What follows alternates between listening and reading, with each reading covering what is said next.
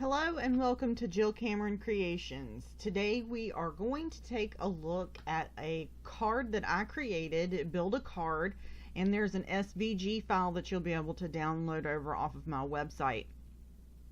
I absolutely love decorating for the holidays. It's one of my favorite things to do, and I wanted to kind of replicate that in a card. So I have two card outlines, and you'll score it at the top, probably about an inch down, and then glue this piece to the front piece, and that will be your card base. The card measures about 7¼ by 7½ overall finished, so it will be a little bit bigger envelope that you'll put this card in. But I had a lot of fun creating this, and in this first part of the video we'll see just all the parts and pieces that are included in the cut file for your Silhouette and or Cricut machine, either one. So you have the two card bases, and then you'll have the base of the house, and then the top of the house and the roof. And I have window inserts, and I have window frames and that kind of thing, fences, flower boxes, even some flowers. I will say that the window frame and the door frame do not set down in the cutouts. They are meant to stay on top. So if you wanted more dimension on your window frames, just cut more than one frame for each window or door. At the end of the video, I actually show you how I Copic colored this and made this really adorable brick house card with it. In the video, in this part of the video, this is just about how to put it together and some tips and tricks to keep your pieces and parts together. Like here, if you're going to use patterned paper, patterned paper is a little thin and sometimes it can crinkle on you when you're working with it. So I actually taped it with some washi tape to the triangle, which was heavyweight cardstock. So that's something that you can do to just help you with placement of the pieces and parts. It's about 1/8 of an inch edge all the way around the card, from the base of the card to the actual house. And you hear my kitty cat, she's meowing at me right now. There is a window cutout in the door, and it also has panels to put on the front of the door, and so it looks more dimensional and gives it some depth there. You can add foam tape to this. I actually add foam tape to the fence when we add it to the front of the card. And you could actually use the pieces that are for the door. You can use those as steps to go in front of the door as well. So you could cut them out of like gray cardstock, and it could be concrete steps. Just a lot of different things that you can do with this. Then on top of that, you can actually add stamped images.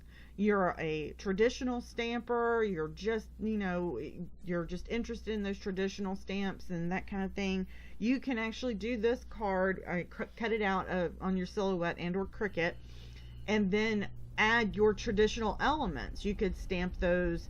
A wreath, a Christmas tree would look absolutely adorable in one of those windows. Little bushes, critters, anything and everything would be super cute on the front of this card too. And then you open it up and you have a bunch of space on the inside. You could also cut the windows out of the card base itself. Just cut the windows out and put on the inside of the card the Christmas tree for Christmas, or Easter tree, or whatever tree you want to put in there, or people. That would be super cute, like one of the little leading ladies from Ellen Hudson. That would be super cute. So it's a ton of different things that you can do with this card, and my point and purpose of the video is just to show you how to put everything together, because when you get an SVG file or any cut file, sometimes it's all put together but in the file itself, but you have no idea exactly how to put it all together. So that's what I'm kind of doing right now, and I tried to keep the video pretty short, but at the same time it's still 20 minutes. Oh my goodness. And it's been a hot minute since I put up a video. I think the last one was last week sometime. And I do encourage you to go and look at that video if you're new to silhouette or silhouette cutting. It gives 2 really great tips, and one is overcut, and the other one is the number of passes. So definitely take a look at that. And also there's more information over on my blog about the first time you use your silhouette and cut and do your cut files and that kind of thing. So check that out. And I'm using different adhesives. I'm using the flowers, you may notice, are different colors. And before I took them off of my silhouette cutting mat, and before I took them out of the paper, I actually colored them with Copic markers. So I didn't like cut them out of all of them out of individual paper or anything like that. I literally left them in the white paper. I cut them out of Neenah Solar white 80-pound cardstock, and I took a Copic marker and colored over them. And if you want this to look really full, you can put flowers on the back and flowers in the front. You can resize those flowers to make them bigger or smaller, whatever you want to do. And these are just the window boxes that go in the front, or you can use them as planters to go in front of the fence. That would be a perfect fit too. Whatever you want to do. Super, super versatile, super fun. I had so much fun creating this. And it's a lot of really basic shapes put together, but at the same time, it was like putting a puzzle together. So I had a lot of fun creating the file itself and then creating the card. You could also, for this, create your own envelope, a square envelope of 7 3/4 by 7 3/4 would definitely work for this. And send it along, and that way you have extra room in there to add some dimension to it. So just have fun with it, enjoy the card. So I cut, so you can see on the mat right there where I actually colored the flowers. I couldn't find one of my fence pieces, and I had my mat down where I was coloring the flowers, and the static electricity had actually stuck one of my fence pieces to the back of the mat, and I couldn't find it. So that's where I was looking at that. And I put my foam tape on the wrong side of the paper because it's glimmery on one side. So I just peeled it off. Thankfully, Scotch foam tape is way forgiving in that it doesn't stick permanently until it's been on there for a while, and you mash it down really good. And I know I covered up my boxes, but I wanted to show all the pieces that were with this cut file, and I just put these to the corner of the house here. So here is the finished card, and you open it up, and ta-da, there's your card all finished. And here I'll give you a really good look at it. And I used a lot of different card stocks and stuff. So for this one, this is going to go really quick actually. I cut everything out of 80-pound Neenah Solar white. Card base is just exactly the same. And I'm sorry if this video is slightly dark. One of my lamps went out, and I don't have another bulb that's bright enough for it at the moment, and I've still got to go get that. So I'm sorry if this video is a little bit darker.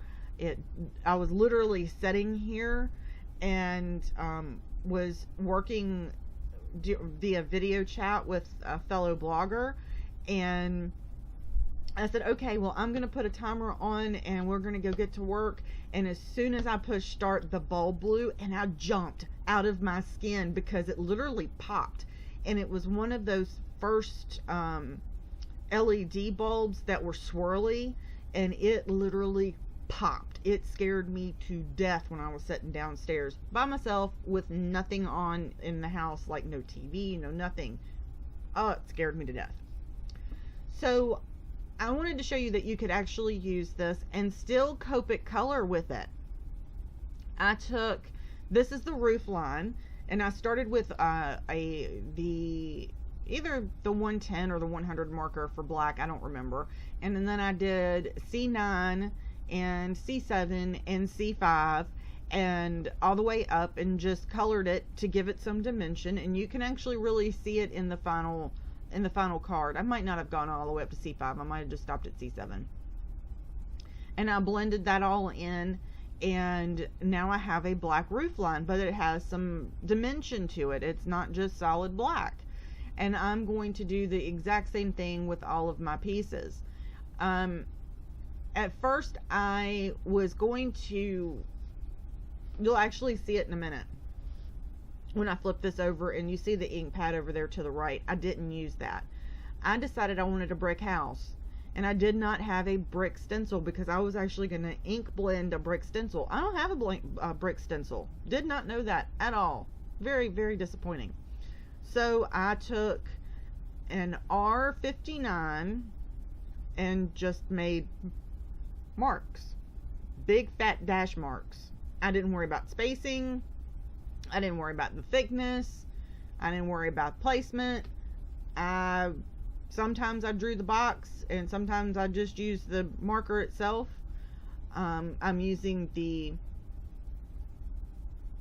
sketch end of the marker, the brush nib of the marker, the super brush nib, and I just went through and I made me a brick house.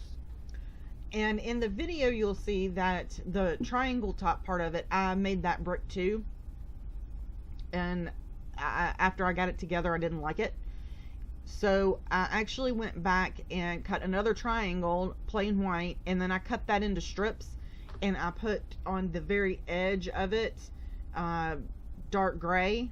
I think I went with a C5 on that, and then I cut them up and layered them into between the top of the house and the roof line, and then I colored kind of underneath the edge of it, and it made it look like it was siding up there, which looks absolutely amazing.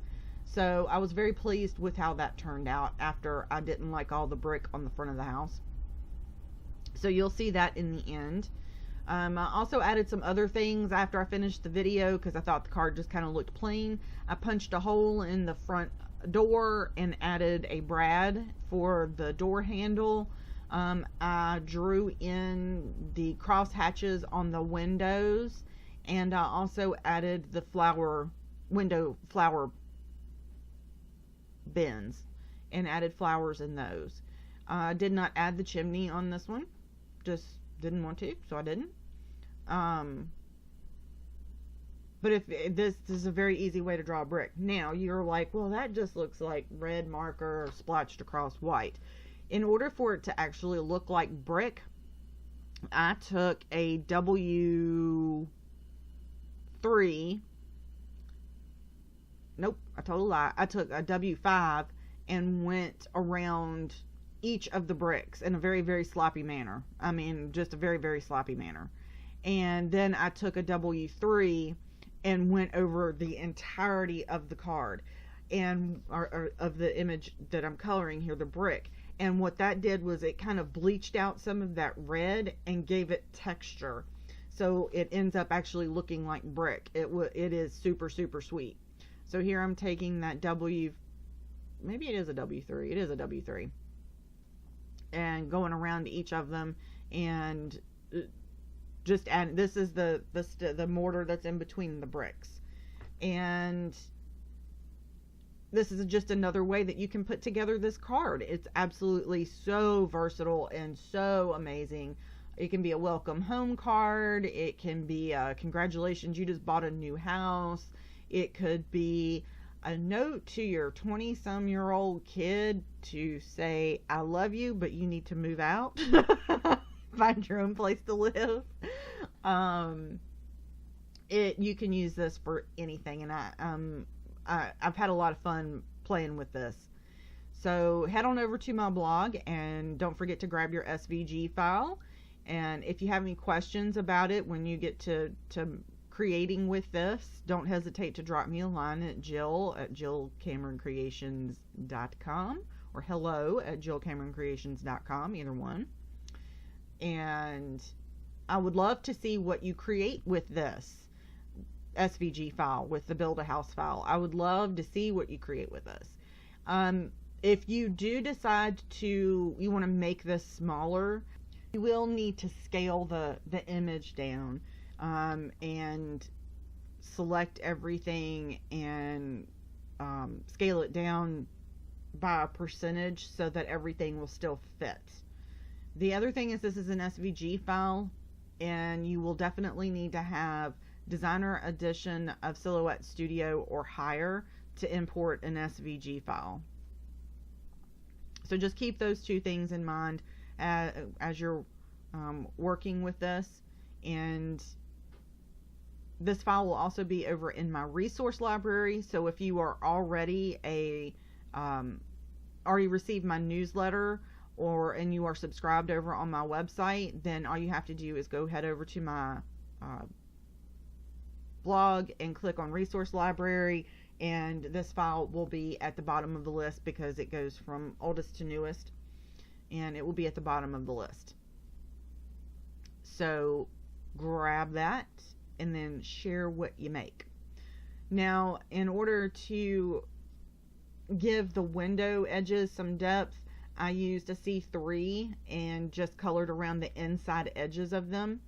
And you'll notice I'm working on my media mat, and that's so that I don't have to worry about you can see it a little better than you could on the black mat, but also so I don't have to worry about marking up my mat, and I don't have to worry about having a scrap piece of paper under there. I can just wipe my media mat off and it's all done. I did this all the way around everything and on all of the frames, and that it just made the windows and the door edges and everything pop really, really well. I was very, very pleased with it. And I also did it on the little window for the door and also on the panels on the door. So you know how like on your front door, if it has the panels on it, that it's going to look like it has the dips in it. I wanted to have some of that there, but of course you can't color the dips in. I mean, you can, but I didn't want to go to all that trouble. So I just edged each of the little rectangles that go on the front of the door that are the panels, and it gives it that illusion that it has that much depth in it, which is super cool. And it also gives some depth to the door. And like I said before, if you want to have more depth in your card itself, then cut more than one of each of the frames or the door or even the roof line and have it stick out a little bit more. Especially if you're going to go ahead and make your own envelope, then go ahead and make it so that you can have that depth and dimension in it. It is going to cost you a little bit more to ship it, but that's okay. So that was my first attempt. I had tried to do some ink blending with a stencil and I hated it. So I skipped that. Flipped it over and used the other side and made it into brick. Now you'll see right here where I go, that's a lot of brick. That's a terrible lot of brick. We're not going to use all that brick. And that's when I kind of, after I saw it in pictures, it just didn't look good. So I decided to cover up the top of it with white. And I just cut some strips. And you'll see it at the end of the video where I have the picture there.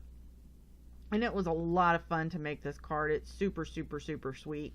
And adding the brad for the door just made it pop even more. So keep those kinds of things in mind as you are creating cards, especially if you have an SVG file. Can you cut it all in white and then color it?